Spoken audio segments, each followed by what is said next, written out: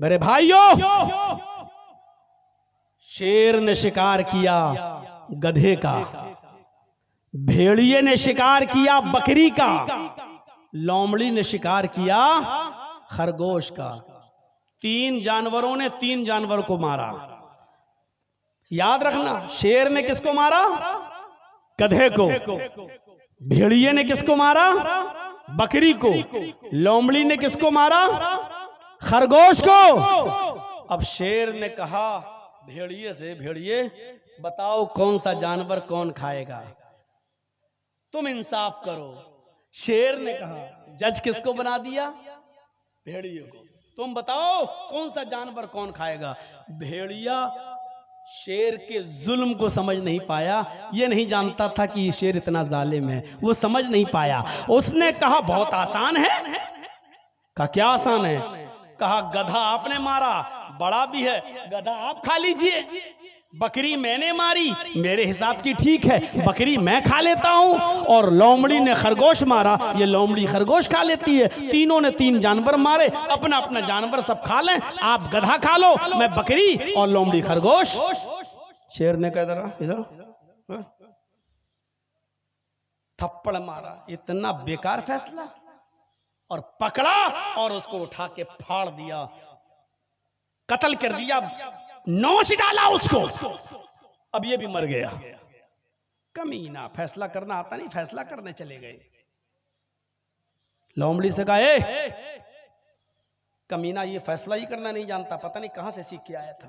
तुम बताओ कौन सा जानवर कौन खाएगा, तुम फैसला करो। लोमड़ी ने तो भेड़िए का हाल देख लिया। लोमड़ी कहती वाकई बड़ा पागल था, कमीने को फैसला करना ही नहीं आता था। अच्छा तो तुम्हारा फैसला क्या है? अरे मेरा फैसला क्या है हुजूर, आप जंगल के राजा हैं, सुबह उठिए गधा खाइए,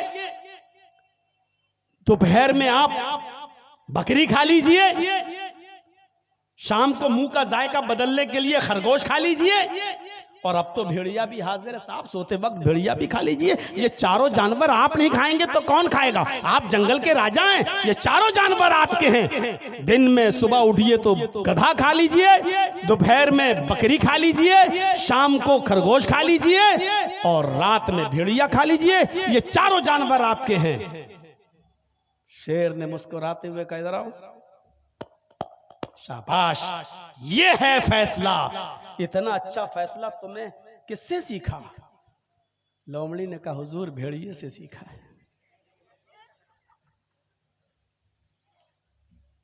लोमड़ी ने कहा हुजूर भेड़िए से सीखा है। शेर ने कहा तुम समझदार हो। समझदार थी, जान बचा ली। यही समझदारी की जरूरत है, यही समझदारी की जरूरत है। मैं जानता हूं बहुत से लोगों के कलेजे मुरझा रहे होंगे कि मौलवी जर्जीस तो हमारा पत्ता गोल करने आ रहा है। मैं किसी का चमचागिरी करने नहीं आया, न किसी को मैं करने आया हूं, न किसी का वो आपका मामला आप जानो। मेरे प्यारे साथियों, ये बैठे, ये हमारे साथ आया अमीन, ये पूछिए पूर्णिया का है, बड़े शौक से गए थे साहब, क्या क्या सोचकर कहां। जब इनकी दुकानों पर बुलडोजर चले तब इनको छठी का दूध याद आ गया।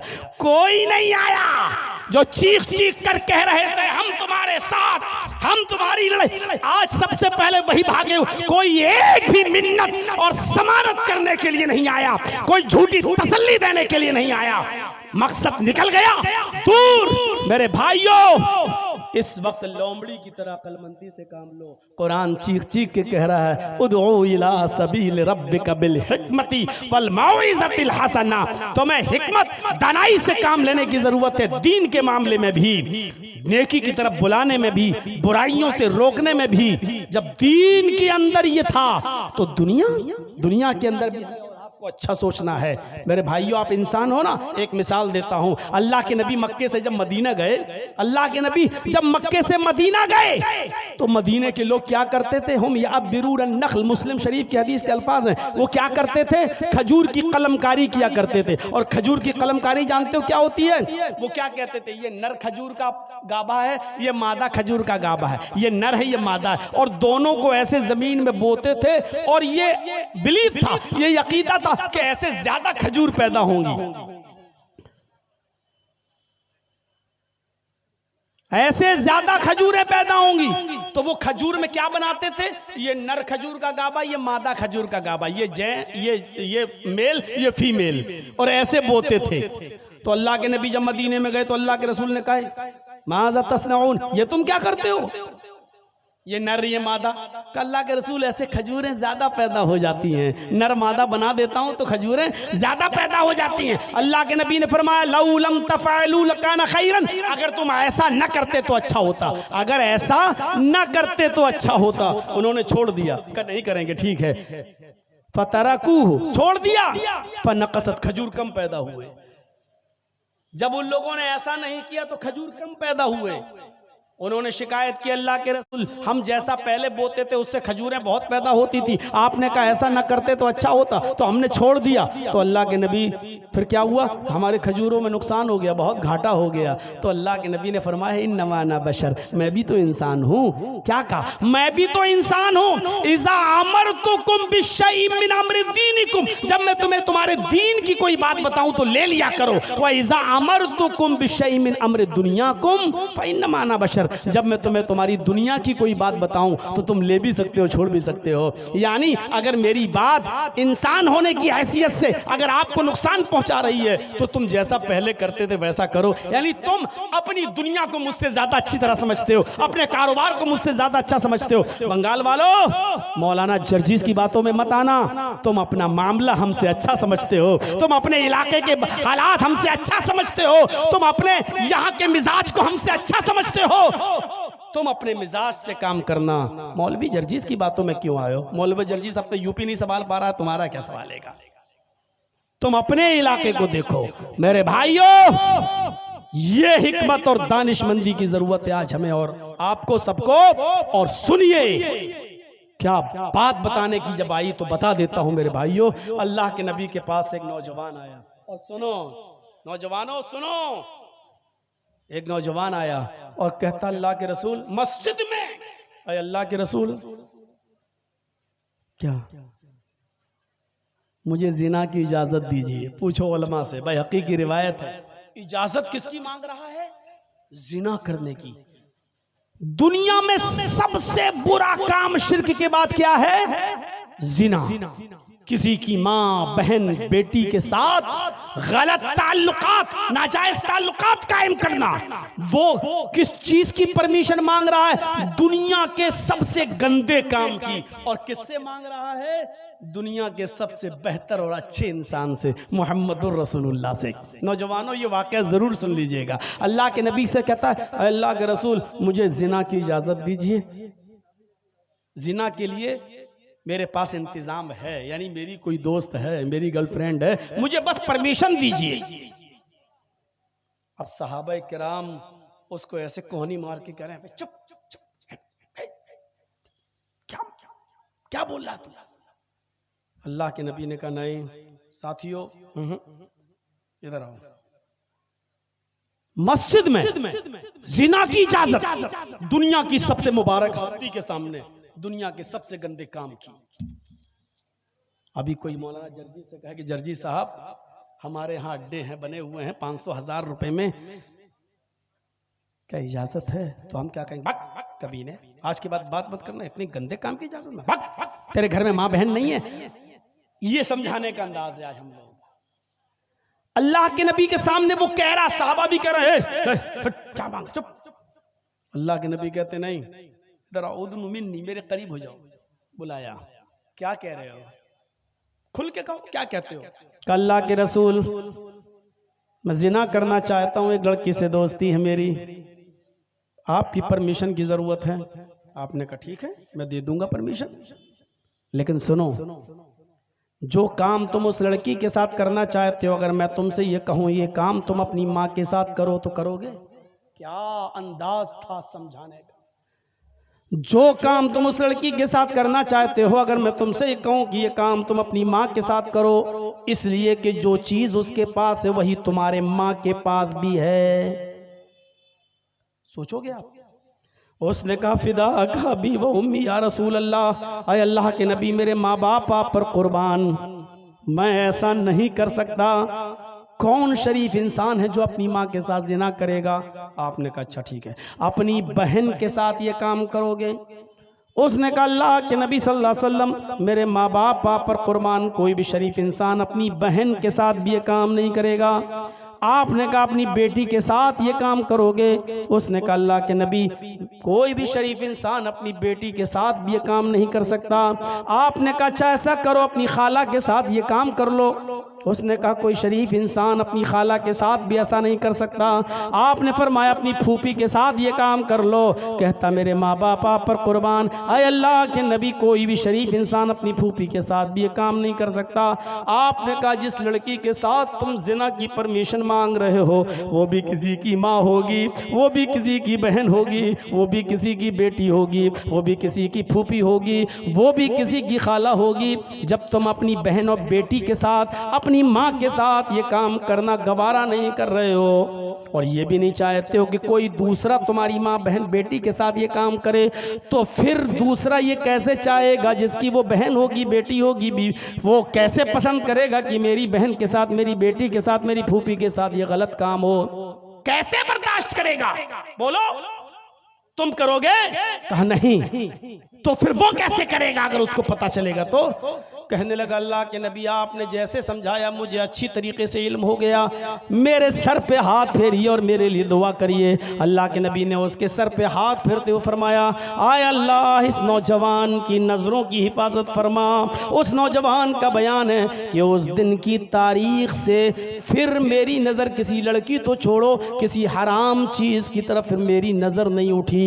इस अंदाज से समझाते थे, डायरेक्ट ये नहीं कहते थे भाग जिना की इजाजत लेने आया, नहीं। आपने कहा इधर आओ, समझाया तो ऐसे समझाया कि ये काम क्या तुम अपनी माँ के साथ करोगे, अपनी बहन के साथ करोगे, अपनी बेटी के साथ करने को तैयार हो, अपनी फूफी और चची के साथ करने को तैयार हो? उसने हर बात पे कहा नहीं। आज भी किसी से पूछा जाए तो वो यही कहेगा कि नहीं। मेरे इटावा में एक रिक्शे वाला था, बहुत पुरानी बात है, मेरे इटावा में एक रिक्शे वाला था, एक अमीर आदमी उस आदमी के रिक्शे पर बैठता है और इत्तेफाक देखिए उससे कोई झगड़ा हो जाता है किसी बात का। वो अमीर आदमी बड़ा सोर्स वाला था, उसने मारा पीटा और झगड़े का इल्जाम उस लड़के के ऊपर, उस रिक्शे वाले उस गरीब आदमी के ऊपर लगा दिया और उसको जेल भिजवा दिया और ऐसा घिनौना इल्जाम लगवाया जिस पर उसको 4 साल की सजा होती है। उसके बाप नहीं थे, उस लड़के की माँ नहीं थी, सिर्फ एक बहन थी। वो बहन भी 17-18 साल की हो चुकी थी। उसको सिर्फ जेल में फिक्र थी तो अपनी बहन की फिक्र थी कि मेरी बहन पूरी जिम्मेदारी मेरे ऊपर, मैं अपनी बहन के हाथ पीले करने वाला था। उसकी शादी रिक्शा चला चला कर कमा कमा कर अपनी बहन की शादी करने की तैयारी कर रहा था, लेकिन मुझे को जेल में डाल दिया गया। 4 साल तक उसने अपनी बहन का चेहरा नहीं देखा और 4 साल के बाद जब अपनी सजा पूरी करने के बाद जब अपने घर लौटा तो क्या देखता है कि मेरे गांव का एक बुजुर्ग आदमी, मेरे गांव का एक मोतबर आदमी मेरी बहन को अपने घर में अपनी बेटी की तरह रखे हुए हैं। उसने उसकी परवरिश की, खिलाया पिलाया और आराम से रखा। उसके बाद वो लड़की, वो बहन जब अपने भाई के सीने से चिपकती है, रोती है, आंखों में आंसू आते हैं, तो इस लड़की ने रोते हुए कहा कि भाई अगर ये अब्बू ना होते, ये बुजुर्ग ना होते तो आपकी बहन मुंह दिखाने के लायक न रहती। मैंने सोच लिया था कि अपने भाई को जेल से छुड़ाने के लिए मुझे कुछ भी करना पड़े, मुझे अपना जिस्म ही क्यों ना बेचना पड़े, लेकिन मैं आपको जेल से छुड़ाऊंगी। लेकिन इस बुजुर्ग ने मेरी बड़ी इज्जत की है, अपनी बेटी की तरह रखा है, इसलिए मेरा हौसला बढ़ता गया। आए मेरे भाई, अगर ये बुजुर्ग ना होता तो आज आपकी बहन आपको मुंह दिखाने के लायक ना होती। जैसी उसने ये कहा, इस रिक्शे वाले भाई ने अपनी बहन का मुंह पकड़ लिया और कहा खामोश, चुप चुप खामोश। दुनिया में ऐसा कोई मर्द पैदा ही नहीं हुआ है जो मेरी बहन पर गलत नजर डाल सके। उसने मुस्कुराते हुए कहा, भाई अपनी बहन पर इतना गर्व कैसे? उसने कहा, बहन पर गर्व नहीं, मुझे अपने आप पर गर्व है। मेरी बहन, तेरा भाई रिक्शा चला चला कर तेरे जहेज का इंतजाम करता है, तेरा पेट पालता था। एक ही सपना था कि मैं अपनी बहन का घर बसा सकूं। मेरी बहन, तेरे भाई के रिक्शे पर कॉलेज की लड़कियां भी बैठती हैं, स्कूल की लड़कियां भी बैठती हैं। तेरा भाई अपने गमछे से सीट साफ करता है और उन लड़कियों को बिठाकर उनको कॉलेज तक, उनके स्कूल तक पहुंचाता है। मेरी बहन, तेरे भाई के रिक्शे पर अब तक जितनी भी लड़कियां बैठी हैं, तेरे भाई ने उनको अपनी बहन की नजर से देखा है। तेरे भाई ने उनको अपनी बहन की नजर से देखा है। जब मैंने किसी की बहन बेटी पर गलत नजर नहीं डाली, जब मैंने हर एक को अपनी बहन की नजर से देखा है, जब मैंने किसी की बहन पर गलत नजर नहीं डाली, तो ऐसा कौन माँ का लाल है जो मेरी बहन पर गलत नजर डाले? फख्र के साथ यहां जितने भी बैठे हैं सुन लो, जितने दूसरों की बहनों बेटियों पर गलत नजरें डालते हैं और मोबाइलों पर रात रात भर लगे रहते हैं, सुन लो, तुम्हारी बहनों बेटियां भी महफूज नहीं है। गर्व के साथ वही कह सकता है जो दूसरों की बहन को अपनी बहन, दूसरों की बेटियों को अपनी बेटी समझेगा, वो गर्व के साथ कह सकता है कि मेरी बहन पर कोई गलत नजर नहीं डाल सकता, मेरी बेटी पर कोई गलत नजर नहीं डाल सकता। इस हम्माम में सब नंगे नजर आएंगे। है इतनी हिम्मत, है इतनी जुर्रत, है इतनी बहादुरी जो ये कह सको, मेरे भाइयों, हमें और आपको पहचानना पड़ेगा। अल्लाह के रसूल इस तरीके से बुराइयों को रुकवा रहे हैं, नहीं भगा नहीं रहे हैं। आप कह रहे हैं अपनी बहन के साथ, अपनी माँ के साथ करोगे नहीं, आखिरकार शर्मिंदा होता है और आप उसके लिए दुआ करते हैं। अपने आप को बुराइयों से बचाओ, इस हद तक बचाओ कि अल्लाह के नबी रमजान के महीने में एतिकाफ में बैठे हुए हैं। एतिकाफ में, एतिकाफ समझते हैं ना, एतिकाफ में बैठे हुए हैं। दो बीवियां अल्लाह के रसूल सल्लल्लाहु अलैहि वसल्लम से मुलाकात करने के लिए आती हैं। दो बीवियां, नबी की दो बीवियां मुलाकात करने आती हैं। अगर कोई मर्द मस्जिद में एतिकाफ में बैठा है तो उसकी बेटी मिलने आ सकती, उसकी बीवी भी उससे मिलने आ सकती है, कोई बुराई नहीं है। अल्लाह के नबी एतिकाफ में बैठे हैं, आपकी दो बीवियां आपसे मिलने आई, थोड़ी देर रुकी, घर की बात हुई और चलने लगी। आप अपनी दोनों बीवियों को मस्जिद के दरवाजे तक छोड़ने आए। उन दोनों बीवियों ने सर छिपा रखा था, उन्होंने अपने हाथों में सॉक्स, हाथों में ग्लव्स और पैरों में सॉक्स पहन रखे थे। अल्लाह के नबी जब अपनी बीवियों को मस्जिद के दरवाजे पर छोड़ने आए तो दो अंसारी नौजवानों को आते हुए देखा। आपने उन दोनों अंसारियों को बुलाया, आए अंसारी नौजवानों इधर आओ। वो दोनों नौजवान अंसारी जब अल्लाह के नबी के करीब आते हैं तो आप कितनी शानदार अंदाज में कहते हैं, आए नौजवानों, आए अंसारियों, ये दोनों मेरी बीवियां हैं, ये दोनों मेरी बीवियां हैं, शक मत करना। अल्लाह के नबी आप कैसी बात कर रहे हैं, आपके ऊपर कौन शक कर सकता है? आपने कहा नहीं, यहाँ से गुजरने के बाद शैतान जो खून की रगों में दौड़ता है वो हमारे दिलों में ये वसवसा डाल सकता है। पता नहीं मोहम्मद किन औरतों से बात कर रहा था। देखो ये दोनों मेरी बीवियां हैं, कोई पराई नहीं है। इस तरीके से गुनाहों से बचा करते थे कि आपको शक है कि ये दोनों जाने के बाद कहीं मेरे बारे में गलत बातें न फैलाएं। आप बुला कर कहते थे ये दोनों मेरी बीवियां हैं, कोई और नहीं। शरीयत तो ये कहती है कि साली भी अपनी बहनोई की मोटरसाइकिल पर नहीं बैठ सकती, और शरीयत तो ये कहती है कि कोई भाभी भी अपनी देवर के साथ ससुराल से घर नहीं आ सकती, मैके से घर नहीं आ सकती ससुराल, और न ससुराल से अपने मैके जा सकती है। देवर होता कौन है? यहां तो भाई खुद हुक्म देता है छोटे भाई को कि भाभी को ले आओ, भाभी को छोड़ाओ। यहाँ बीवी खुद कहती है कि लो छोटी बहन को घर छोड़ाओ, छोटी बहन को स्कूल छोड़ाओ। ये जुल्म है, ये ज्यादती है, ये जुल्म है, ये ज्यादती है। शरीयत का मिजाज तो यह है कि कोई साली भी अपने जीजा के साथ सफर नहीं कर सकती है। मियाँ और बीवी खाना खा रहे हैं, जर्जीस अपनी बीवी के साथ बैठकर खाना खा रहा है, बीवी की मौजूदगी में बीवी की बहन और मेरी साली अगर घर में आ जाए तो बीवी के साथ बीवी की मौजूदगी में भी वो मेरे साथ खाना नहीं खा सकती है। शरीयत बीवी की मौजूदगी में भी साली को अपने जीजा के साथ बीवी की मौजूदगी में भी खाने की इजाजत नहीं देती। और जब इजाजत साथ में नहीं देती, शौहर के साथ भी नहीं देती, तो अकेले तुम्हें बाइक पर बैठकर खगड़ा मेला जाने की इजाजत देगी शरीयत। ये खगड़ा का नाम मैंने क्यों लिया, बहुत सोच समझ के लिया है मेरे भाइयों, इसकी इजाजत देगी ये शरीयत। जब बीवी की मौजूदगी में साली को इजाजत नहीं है कि जीजा के साथ बैठ के खाना खाए, तो स्कूल जाएगी जीजा के साथ। और यही हाल भाभी का भी है, अपने देवर के साथ खाना नहीं खा सकती है, अपने शौहर की मौजूदगी में भी पर्दा है। और पर्दा भी इतना जबरदस्त। और आई तल हम व या रसूल अल्लाह, अल्लाह के रसूल क्या देवर से भी पर्दा करूं? आपने कहा दुनिया वालों से कुछ कमी हो जाए तो चलेगा, देवर से नहीं। कहा देवर से भी करूं? कहा देवर तो मौत है, अलहमुल मौत, देवर तो मौत है, देवर मौत। एक वाकया सुने हो सऊदी अरब का? भोपाल का एक आदमी था, सऊदिया में काम करता था। सऊदिया में वो टैक्सी चलाता था। टैक्सी सुने हैं वाकया? नहीं सुने तो सुन लो। टैक्सी चलाता था और उसकी ड्यूटी थी कि वो दिन भर टैक्सी चलाता था और रात में आके सोता था।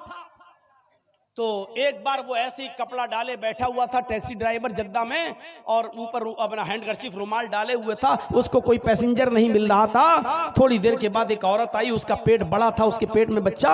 वो आई और कहने लगी, जल्दी से मुझे हॉस्पिटल लेके चलो, तुम मुझे इंडियन लगते हो, तुम जल्दी से मुझे हॉस्पिटल लेके चलो, मुझे डिलीवरी का वक्त है। उसने ऐसे देखा, जल्दी बैठाला, पीछे की डिग्गी खोली और जल्दी से ये ड्राइवर, ये भोपाल का ये आदमी जल्दी से अपनी इस औरत को लेकर अस्पताल पहुंच गया। उधर इसका पेट देखकर इमरजेंसी में जल्दी से इस औरत को लोग लेके गए। इसने कहा कमबख्त अंदर चली गई, मेरा पैसा भी नहीं देके गई, कितना बना। उससे कहा बैठो बैठो, अभी बैठो, चेकअप हो जा। इसने सोचा पता नहीं कितनी देर लगेगी, क्या लगेगी। अच्छा, इससे पूछा तुम उस औरत को लेके आए हो जो अभी अंदर गई? कहा जी। अपना मोबाइल नंबर लिखो इस पर। तो मोबाइल तो चलता नहीं था उस वक्त। उसने जल्दी से अपने घर का लैंडलाइन का नंबर लिख दिया कि ये मेरा है, और जब वो औरत सही हो तो मुझे बता देना भैया, मैं इससे पैसे ऐसे लेते हुए निकल जाऊंगा, अभी पता नहीं क्या है। ये चला गया अपने घर। रात में अपने घर सोया, सुबह फजर में उठा, घंटी बज गई, फोन की, हेलो जी, कल आप उस औरत को लेके आए थे? जी जी जी जी। हॉस्पिटल में छोड़ा था, अब वही बोल रहे हैं? जी। अरे यार, कहाँ अपनी बीवी को तुम छोड़ के चले गए हो? हैं? बताओ, बेचारी रात भर परेशान रही, जल्दी आओ, जल्दी आओ, तुम्हें याद कर रही है, लड़का हुआ है तुम्हें। उसने कहा, ए डॉक्टर, दिमाग ठीक है तेरा? अच्छा हुआ ये फोन मैंने उठाया, मेरी बीवी ने नहीं उठाया, वरना यही महाभारत का युद्ध हो जाता। कहा आ रहे हो या नहीं आ रहे हो? इंडियन लोग बड़े कमीने होते हैं, पहले ये सब कर लेते हैं, बाद में कहते हैं कि बीवी नहीं है मेरी, इधर जल्दी आओ, नहीं तो अभी पुलिस भेजता हूं तुम्हारे घर। नहीं नहीं नहीं, मैं आ रहा हूं। सीधे गया ड्राइवर टैक्सी चलाते हुए और सीधे उसी रूम में पहुंचा जहां ये लड़की औरत थी, और डांटते हुए कहता, कमबख्त चुड़ैल नागिन डाइन, मैं ही मिला था हैं इस बच्चे का बाप कहलाने के लिए, तुझे शर्म नहीं आई? मैंने तेरे साथ हमदर्दी की और यहां तक लेके आया, बजाय मेरे पैसे देने के इस बच्चे का बाप मुझे बता रही है। अब रो के कहती, अरे आपको क्या हो गया है? थोड़ी सी लड़ाई में आप इतनी बड़ी सजा दे रहे हैं। अरे हर मियाँ बीवी में लड़ाई हो जाती है, थोड़ी सी सजा का आप इतना बड़ा मुझे अरे वो तो गले पड़ गई इसके। इसने कहा, डॉक्टर साहब ये मेरी बीवी नहीं है। बहुत हुज्जत, ये दानाई होनी चाहिए, अक्लमंदी होनी चाहिए। अब समझ रहे हैं आप? यानी किसी को दीन की दावत भी जब देंगे तो उसमें भी बहुत ही अक्लमंदी के साथ, फितना ना हो, फसाद ना हो, लड़ाई ना हो, झगड़ा ना हो, गाली गलूज ना हो, और वो बातें फायदेमंद हो तो बयान किया जाए। और कोई शख्स आपकी बातें लाख उसके सामने आप रखें लेकिन वो मानने वाला नहीं, तो आप उसके सामने बात करके क्या करेंगे? अल्लाह रब्बुल आलमीन ने ऐसे लोगों के बारे में कहा, इन्नल्लज़ीना कफरू सवाउन अलैहिम अअंज़रतहुम अम लम तुनज़िरहुम ला युमिनून। ऐ मोहम्मद सल्लल्लाहु अलैहि वसल्लम, आप इन्हें समझाएं या ना समझाएं, आप जिनको समझा रहे हैं आप उनको समझाएं या ना समझाएं, इन काफिरों को, सवाउन अलैहिम, बराबर है। यानी आप उनको लाख भाषण दो, लाख लंबी लंबी तकरीरें उनके सामने रखो, पूरा पूरा दिन उनको समझाओ, आपका समझाना और न समझाना, आपका डराना और न डराना बराबर है। ला युमिनून, वो ईमान नहीं लाएंगे। क्यों नहीं लाएंगे? खतमल्लाहु अला कुलूबिहिम, अल्लाह ने उनके दिलों पर मोहर लगा दी है। जब किसी के दिल पर मोहर लग जाए तो वो कोई बात नहीं सुन सकता। आप लाख सुनाइए, वो कहेगा ठीक है, बस बाबा आपने कह दिया, अब आप जाइए। पंचायत कर लीजिए, उसको बिठाल दीजिए, 4 आदमी उसको समझाएंगे, ऐसा नहीं करो, ठीक है, वो कहेगा पंचायत में पंचों का फैसला सर आंखों पर, लेकिन मेरा परनाला यहीं लगेगा। जब दीन की दावत में हिकमत है, जब दीन की दावत में बहुत होशियारी से बात करने की जरूरत है, तो फिर दुनियावी मामले में हमें और आपको कितना होशियार रहने की जरूरत है। ये वक्त का तकाजा है, समझने की कोशिश करिए। इस्लाम की बुनियाद कितनी चीजों पर है? 5। किसी को भी खड़ा करके पूछ लो, जो थोड़ा बहुत जानकार होगा वो बताएगा इस्लाम की बुनियाद कितनी चीजों पर है। 5। बुनियल इस्लाम वाला खमसिन शहादती अल्ला इलाहा इल्लल्लाह व अन्ना मुहम्मदर रसूलुल्लाह व इकामिस सला व ईताइज ज़का वल हज्ज व सौम रमजान। ये 5 चीजें इस्लाम की बुनियाद। कलमा तैयबा की गवाही देना, शहादत देना अल्लाह के अलावा कोई माबूद नहीं और मोहम्मद सल्लल्लाहु अलैहि वसल्लम अल्लाह के रसूल हैं, एक चीज। इकामिस सलाह, दूसरी चीज नमाज कायम करना, तीसरी चीज व ईताइज ज़कात, ज़कात देना, चौथी चीज सौम रमजान, रमजान के रोजे रखना, और 5वीं चीज वल हज, और हज करना। इन 5 चीजों पर इस्लाम की बुनियाद टिकी हुई है, पूरा इस्लाम इसी के ऊपर खड़ा है। अब देखिए, सबको मालूम है कि इस्लाम की बुनियाद 5 चीजों पर है। हजरत मुआज इब्ने जबल को जब अल्लाह के नबी सल्लल्लाहु अलैहि वसल्लम ने यमन का गवर्नर बनाकर भेजा, जब यमन का गवर्नर बनाकर भेजा, क्या है मुआज अब तुम यमन जाओ और यमन के तुम गवर्नर बनाए जा रहे हो, वहां के लोगों में तुम इस्लाम की दावत पेश करना, यमन अब हमारे कब्जे में आ गया है। यमन का गवर्नर बनाकर जब भेजा, ये आदमी नहीं मानेगा अपनी हरकत से, ये मान ही नहीं सकता है, ये बिल्कुल कुत्ते की दुम है, टेढ़ी रहेगी, वो कभी सीधी हो ही नहीं सकती। इसको हटाओ, बंद करो, इस चैनल को बिल्कुल बंद करो, इसको हटवा दो बिल्कुल। सब सुकून के साथ है, ये इसका नया है ना, इसका बंद करवाओ। नहीं बंद करेगा, वो बार बार कर रहा है, उसको बंद करो, बिल्कुल हटवा दो उसके दोनों चारों मोबाइल बंद करिए। आप वीडियो बनाने के लायक नहीं हो आप। নিচু করেন ভাই, নিচু করেন, না হলে বন্ধ করেন। लगता है एक ही दिन में तुम 2 लाख रुपए कमाने के चक्कर में आए हो क्या?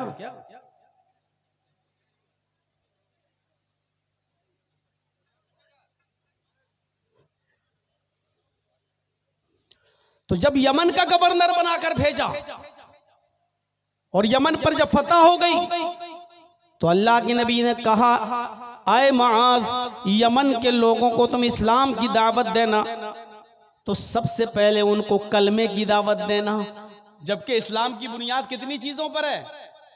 5। लेकिन आपने क्या कहा है माज, जब यमन जाओ तो 5 चीजें बैक लोगों को मत बताना।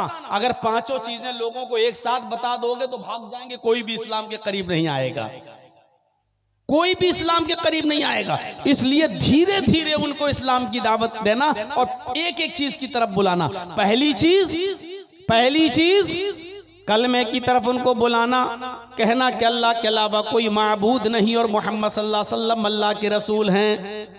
जब वो पहली चीज पर ईमान ले आए, अल्लाह को अपना माबूद मान लें और मोहम्मद सल्लल्लाहु अलैहि वसल्लम को रसूल मान लें, और इस पर जब कायम हो जाएं और पूरे पक्के हो जाएं, तब उनसे कहना कि अल्लाह रब्बुल आलमीन ने तुम्हारे ऊपर दिन भर में 5 टाइम की नमाज फर्ज की है। यानी 5 चीजें एकदम नहीं बताई जा रही है, बैक वक्त नहीं। हिकमत देखिए, होशियारी देखिए, समझबूझ देखिए। अल्लाह के रसूल सल्लल्लाहु अलैहि वसल्लम ये भी कह सकते थे, मास 5 चीजें उनको बता दो, जिसको मानना होगा मानेगा, जिसको नहीं मानना होगा नहीं मानेगा। लेकिन नहीं, 5 चीजें एकदम बैक वक्त नहीं बताई जा रही हैं। पहले कलमे की दावत देना, जब कलमे पर अमल करने लगे तब उनसे कहना कि तुम्हारी ऊपर नमाज भी फर्ज की गई है। जब वो 5 वक्त की नमाज के पाबंद हो जाएं और नमाज किसी भी कीमत पर न छोड़ें, जब वो 5 वक्त नमाज पढ़ने लगे तब उनसे कहना